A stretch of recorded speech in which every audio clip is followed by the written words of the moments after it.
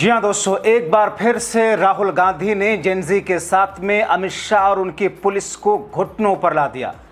एक बार फिर से देश के जेनजी की ताकत ने सत्ता पक्ष को बैकफुट पर ढकेल दिया और महज 7 घंटों के भीतर भीतर राहुल गांधी ने वो जीत हासिल कर ली जिसके लिए भारतीय जनता पार्टी की केंद्र की मोदी सरकार ये कह रही थी कि राहुल तो नौटंकी कर रहे हैं। कोई ये कह रहा था कि राहुल तो फुटेज खाने के लिए बैठे हैं। कोई ये कह रहा था कि राहुल गांधी को तो इन तमाम चीज़ों में मज़ा आता है, वो देश को अराजकता की तरफ ले जा रहे हैं। मगर अब राहुल गांधी ने डंके की चोट पर महज 7 घंटों के भीतर भारतीय जनता पार्टी को बैकफुट पर डाल करके जीत का परचम लहरा दिया। स्वागत है आप सभी का। आप देख रहे हैं द राजनीति का विशेष सेगमेंट खबर और विश्लेषण। मैं हूं जबार खान। दोस्तों, इस वक्त की सबसे बड़ी खबर यही कि दिल्ली के जंतर मंतर में अमित शाह की पुलिस द्वारा पायलट गन चलाए जाने के बाद में अपनी आंख गंवा चुके और जिस्म के कई हिस्सों पर बुरी तरीके से जख्म के निशान और जख्म लिए घूम रहे साहिल को इंसाफ नहीं मिल रहा था। मगर साहिल और उनकी मां के साथ में राहुल गांधी ने जब अमित शाह की पुलिस का घेराव करना शुरू किया तो भारतीय जनता पार्टी बिलबिला उठी थी। मगर राहुल गांधी ने ऐलान कर दिया था कि साहब हटेंगे नहीं, जब तक पुलिस को सरकार को झुकाएंगे नहीं, एफआईआर दर्ज नहीं होगी तब तक हटेंगे नहीं। लगा था शुरुआत में मोदी शाह की सरकार को कि 1 घंटा 2 घंटा 3 घंटा पुलिस के साथ थोड़ा सा बहसबाजी होगी, थोड़ा सा विजुअल बनेगा, थोड़ी सी खबरें चलेंगी और इसके बाद में थकार करके राहुल गांधी चले जाएंगे। मगर जैसा कि मैंने आपको अपने पिछले शो में बताया था दोस्तों, इस देश के एक बहुत बड़े बुद्धिजीवी और बहुत बड़े पत्रकार जिनकी गिनती हिंदुस्तान के टॉप 5 में होती है, उनका यह कहना था कि इतिहास जब लिखा जाएगा तो इस देश के सबसे जुझारू और निडर बहादुर नेताओं में, विपक्ष के बहादुर नेताओं में सबसे पहला नाम राहुल गांधी का होगा। क्योंकि इंदिरा गांधी की सरकार गई, जेल भी उनको जाना पड़ा, मगर उनके सामने मोदी और शाह जैसे नेता नहीं थे लड़ने वाले। राहुल गांधी के सामने पहली बार आजाद भारत में मोदी और शाह जैसे नेता हैं जो सत्ता में हैं, जिनसे लड़ना राहुल गांधी के लिए या फिर पूरे देश के लिए या विश्व की राजनीति के लिए एक मिसाल है। राहुल गांधी कभी नहीं झुके, डरे नहीं कभी। उनकी पार्टी के लोग उनके साथी छोड़ छोड़ के साथ चले गए और दरअसल यही राहुल गांधी की वो जद्दोजहद वाली और जुझारू दरअसल नीति और रणनीति है जिसके कारण उनको जीत मिली।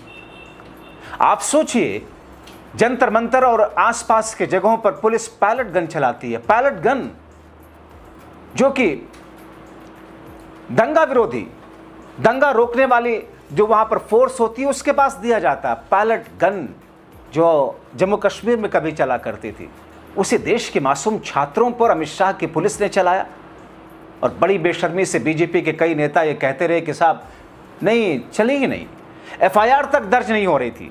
मगर राहुल गांधी ने वहां पहुंच करके पुलिस के साथ, हमने अपने 2-3 वीडियो में देखा है कि कैसे पुलिस के साथ में झड़प हुई।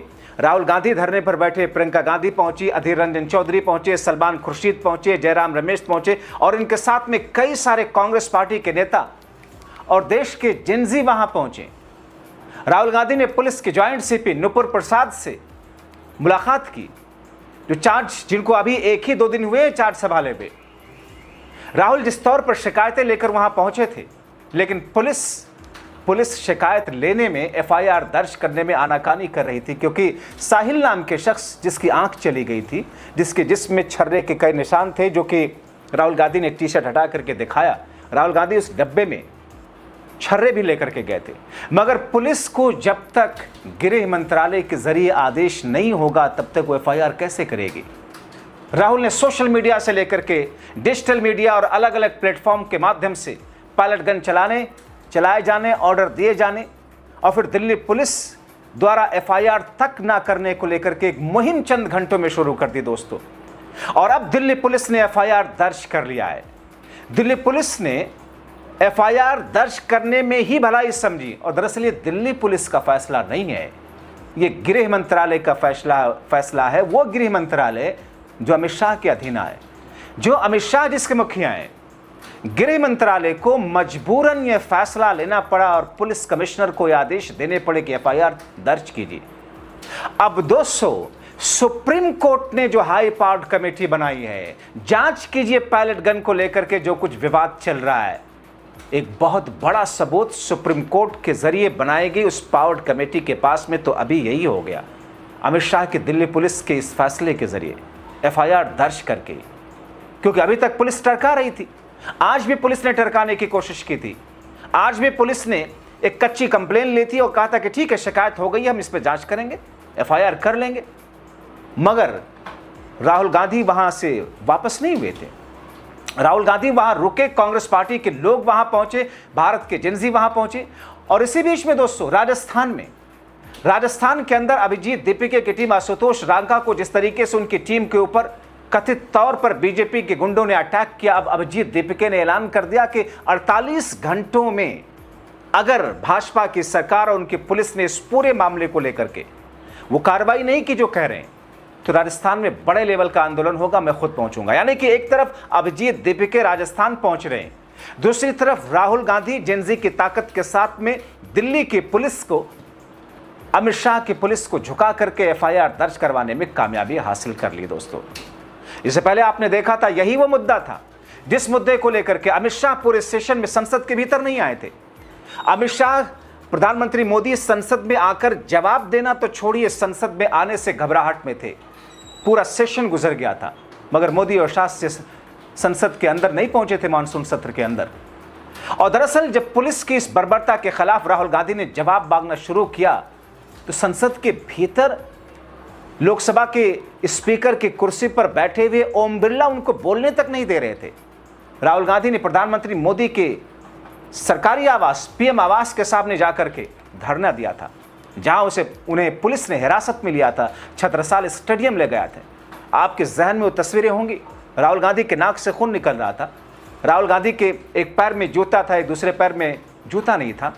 घसीटा ऐसा आ गया कि राहुल गांधी की पीठ पर, टी शर्ट पे पीठ पर मिट्टी और उन तमाम चीज़ों के निशान देखे गए थे।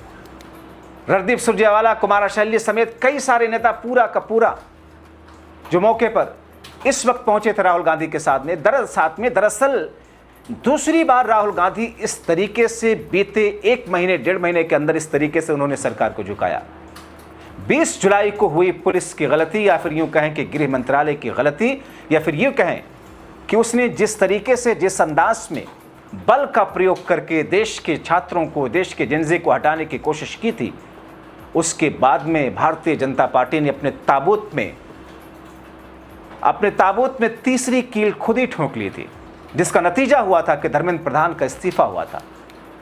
अब दोस्तों, धर्मेंद्र प्रधान का इस्तीफा, दोस्तों इसी जंतर मंतर के इस बड़े प्रभाव के बाद में भारतीय जनता पार्टी ने जो झारखंड में छात्रों का आंदोलन शुरू हुआ उसको हाईजैक कर लिया था, और जंतर मंतर वर्सेस झारखंड के आंदोलन को बीजेपी ने ट्रेंड करवाना शुरू किया। मगर दोस्तों, बीजेपी ने तब से लेकर के अब तक पैलेट गन के शिकार हुए छात्रों को लेकर के एक भी बयान नहीं दिया, किसी छात्र से मुलाकात करने नहीं गए, जबकि पहले तो ये झुटलाते ही रहे। आरटीआई की रिपोर्ट में खुलासा हुआ था कि 6 नहीं 10 छात्रों को पैलेट गन के छर्रे और गोलियां लगी हैं। अस्पतालों की रिपोर्ट ये बताती रही, और अस्पतालों में जो पैलेट गन के छर्रे निकाले गए शरीर से, उन्हीं को डब्बे में रख करके राहुल गांधी लेकर के पहुंचे हुए थे। 7 घंटों के भीतर राहुल गांधी ने दिल्ली पुलिस और अमित शाह की पुलिस को घुटनों पे ला दिया। मजबूर होकर के, अभी तक वो गृह मंत्रालय या दिल्ली पुलिस एक ही बात है। अमित शाह बोलिए, गृह मंत्री बोलिए, गृह मंत्रालय बोलिए, पुलिस कमिश्नर बोलिए, दिल्ली पुलिस बोलिए, सब एक ही बात है। क्योंकि दोस्तों, ये वो मामला नहीं है कि मेरे घर में चोरी होगी, एफआईआर नहीं दर्ज हो रही है, मेरी मोटरसाइकिल खो गई, मेरे कार की बैटरी निकल गई, मुझे किसी ने मार दिया, एफआईआर। ये दरअसल एक पॉलिटिकल और पॉलिटिक्स के साथ में क्राइम का मिश्रण है। यानी कि इस पॉलिटिक्स का प्रभाव, इस क्राइम का प्रभाव पॉलिटिक्स पर पड़ रहा है, देश की राजनीति पर पड़ रहा है। इसलिए जिस ऐसे अपराध जिसका ताल्लुक राजनीति से हो, खासतौर पर सत्ता पक्ष से हो, उसमें पुलिस की हैसियत नहीं होती कुछ फैसला लेने के लिए। पुलिस जिसके अधीन होती है, यानी कि कमिश्नर जिसके अधीन होता है, उसके फैसले से पुलिस चलती है। इसीलिए फटाफट एफआईआर दर्ज करने के लिए तैयार भी हो गई। यानी कि दोस्तों, राहुल गांधी ने यह दर्शा दिया कि अब तो हर मोर्चे पर सरकार को नकेल कसेंगे। उधर दोस्तों, मैं अभिजीत दीपिके का जो जिक्र कर रहा था, जयपुर के स्कूल को लेकर के उन्होंने वार्निंग दी है कि जयपुर में आशुतोष रांका उनकी टीम के साथ में जिस तरीके का व्यवहार हुआ, अटैक हुआ, 48 घंटों के भीतर उस स्कूल को ठीक कराने का काम शुरू नहीं किया गया, हमलावरों को गिरफ्तार नहीं किया गया, तो खुद जयपुर पहुंचेंगे। उन्होंने कहा जयपुर आकर उस स्कूल के आगे बैठेंगे जब तक स्कूल ठीक नहीं किया जाता है। दोस्तों, हमने दिखाया था सुबह में जयपुर के जिले के रामपुरा कंवरपुरा गांव में स्कूल के निरीक्षण को लेकर के सुबह सुबह आशुतोष रांका के साथ में वहां पर कॉकरोच जनता पार्टी के कार्यकर्ता भी पहुंचे। कैसे भाजपा से जुड़े हुए लोगों ने अटैक किया था, उनके ऊपर कैसे पिल पड़े थे। एक्स पर अभिजीत दीपिके ने वीडियो शेयर करते हुए कहा, अभी हमने देखा कि कैसे आशुतोष और उनकी टीम के ऊपर बीजेपी के गुंडों ने हमला किया, उन्हें मारा। ये गुंडागर्दी क्यों हुई? क्योंकि एक भैंस के तबेले में बच्चों को पढ़ाया जा रहा था, जिसका एक्सपोज आशुतोष कर रहे थे। और मैं यही कहूंगा कि 48 घंटों का समय है भजनलाल शर्मा की सरकार के पास में। हेलो एवरीवन, अभी हमने थोड़ी देर पहले देखा कि कैसे आशु और उनकी टीम को बीजेपी के गुंडों ने मारा और पीटा। और ये गुंडागर्दी क्यों हुई? क्योंकि एक भैंस के तबेले में बच्चों को पढ़ाया जा रहा था, जिसका एक्सपोज आज आशु करने वाला था। तो मैं ये कहना चाहता हूँ कि अगर 48 आवर्स के अंदर उस स्कूल को ठीक कराने का काम शुरू नहीं किया जाता है, उन गुंडों को अरेस्ट नहीं किया जाता है, तो मैं खुद जयपुर आऊँगा और स्कूल के सामने बैठा रहूँगा जब तक स्कूल को ठीक कराने का काम शुरू नहीं किया जाता है।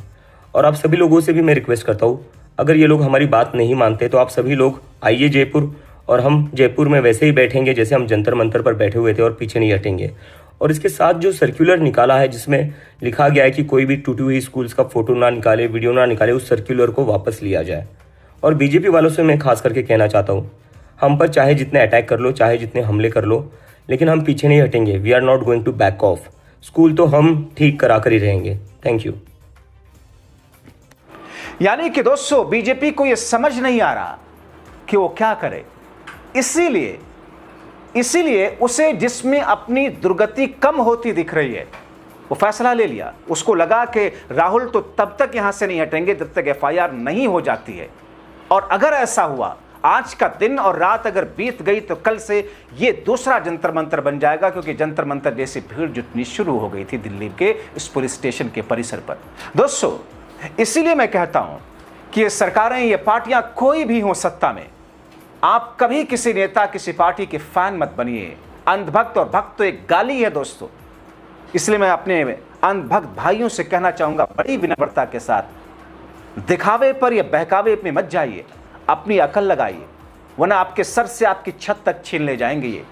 क्योंकि आपके पैसों पर 28-28 हज़ार रुपये किलो विदेशी मशरूम खाते हैं, 5 लाख रुपयों का चश्मा पहनते हैं। कहां से आते हैं ये पैसे?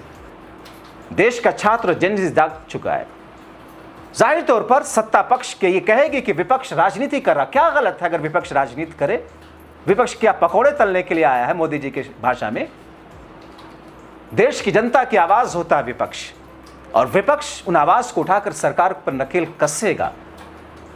हमारी बिरादरी की भी जिम्मेदारी है नकेल कसना, मगर हमारी बिरादरी का गटर टीवी मीडिया क्या कर रहा आप जानते हैं। मगर जागरूक रहिए, अपनी जिम्मेदारी को समझिए, पहचानिए, आवाज उठाइए।